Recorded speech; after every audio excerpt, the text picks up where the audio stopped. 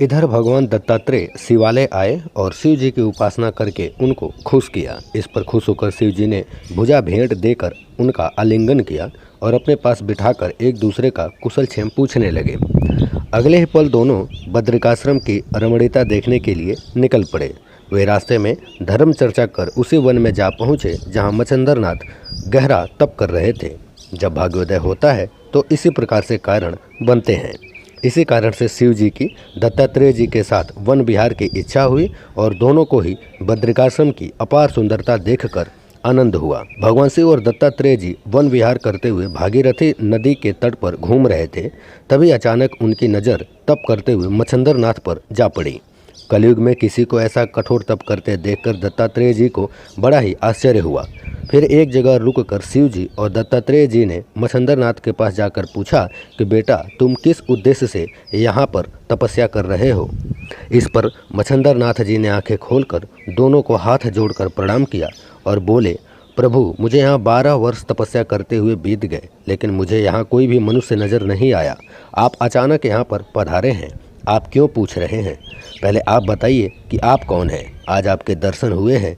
इतना सुनकर दत्तात्रेय जी मुस्कुराकर बोले कि मैं अभी ऋषि पुत्र हूँ और सब मुझे दत्तात्रेय कहकर ही संबोधित करते हैं। अब बेटा तुम्हारी जो इच्छा हो उसे कहो। इतना सुन मच्छंदरनाथ का रोम रोम खुश हो गया। उन्होंने विचार किया कि आज मेरी तपस्या पूरी हो गई। इस पर प्रसन्नचित्त होकर अपना मस्तिष्क उनके चरणों में झुका दिया। अपने नैनों से प्रेमाश्रु बहाकर ऋषि के चरणों को धो डाले। अब दोनों हाथ जोड़कर बोले कि हे प्रभु आप तो अंतर्यामी हैं, ब्रह्मा विष्णु और महेश तीनों का स्वरूप हैं, लेकिन अपने इस दास को आप कैसे भूल गए? अब आप मेरे सभी दुर्गुणों को दूर करने की कृपा करें। ऐसा कहकर अपना बार बार मस्तक उनके चरणों में रखने लगे। तब दत्तात्रेय जी ने कहा कि बेटा तुम चिंता मत करो, तुम्हारी मनोकामना पूरी होगी। इतना कहकर दत्तात्रेय ने अपना हाथ बालक के सिर पर फेरा और कान में एक मंत्र फूंका, जिससे मच्छंदरनाथ के सभी अज्ञान का अंत हो गया। अब उनके चारों ओर ब्रह्म नजर आने लगे।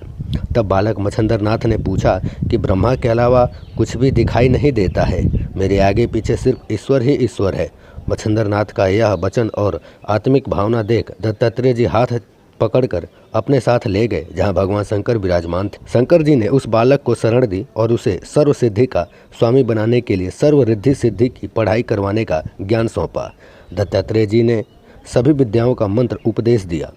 अब मच्छंदरनाथ तीर्थ यात्रा के लिए रवाना हो गए। इधर कामिक को इस सब का आभास भी नहीं हुआ था। जब वह दिन छिपने से पहले मछलियां पकड़कर रवाना हुआ और जल से बाहर निकला तो तट पर मछलियों से भरा टोकरा तो पाया, लेकिन मच्छंदरनाथ को वहां नहीं पाया।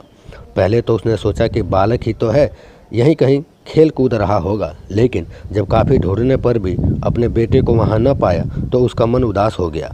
अकेले अपने पति को उदास मुख से मछलियाँ लाते देख शारदत्त, जो कि कामिक की पत्नी थी, उसका भी माथा ठनक गया। वह अपने पति से बालक मच्छंदरनाथ के बारे में पूछने लगी कि वह कहाँ रह गया। यह सब सुन कामिक ने अपनी पत्नी को रोते रोते सारी घटना बता दी। उसने मच्छंदर को खोजने और उसे ढूंढने पर भी न मिलने का अफसोस भी जताया। अपने पति के मुख से अपने बेटे के खो जाने की बात सुनकर वह बहुत ही दुखी हुई। वह काफ़ी रोई और चिल्लाई। जब उस बेचारी का होने से कोई बस न चला तो वह अपने पति कामिक को बुरा भला कहने लगी। उसने छटपटाकर पत्थर की शिला अपनी छाती पर रख ली। दोनों ही प्राणियों को काफ़ी दुख हुआ। होने के आगे किसी का बस नहीं चलता। अब मच्छंदरनाथ जी तीर्थ यात्रा करते हुए सप्त जा पहुँचे। उन्होंने पूर्ण भक्ति भाव से देवी के दर्शन किए और हाथ जोड़कर विनती की कि हे माता, सावर मंत्र विद्या पूरी तरह मेरी बुद्धि में बैठ गई। अब उसी को कविता में रचने का मेरा विचार है। ऐसा करने से जनता को समझाने में बड़ी ही आसानी होगी। और यह भी एक सत्य बात है कि जब तक मातेश्वरी की कृपा न होगी तब तक कोई भी कार्य सिद्ध नहीं हो सकता। अतः उन्होंने वहां देवी का अनुष्ठान किया। दोस्तों, ये रहे गुरु मच्छंदरनाथ के भाग 2।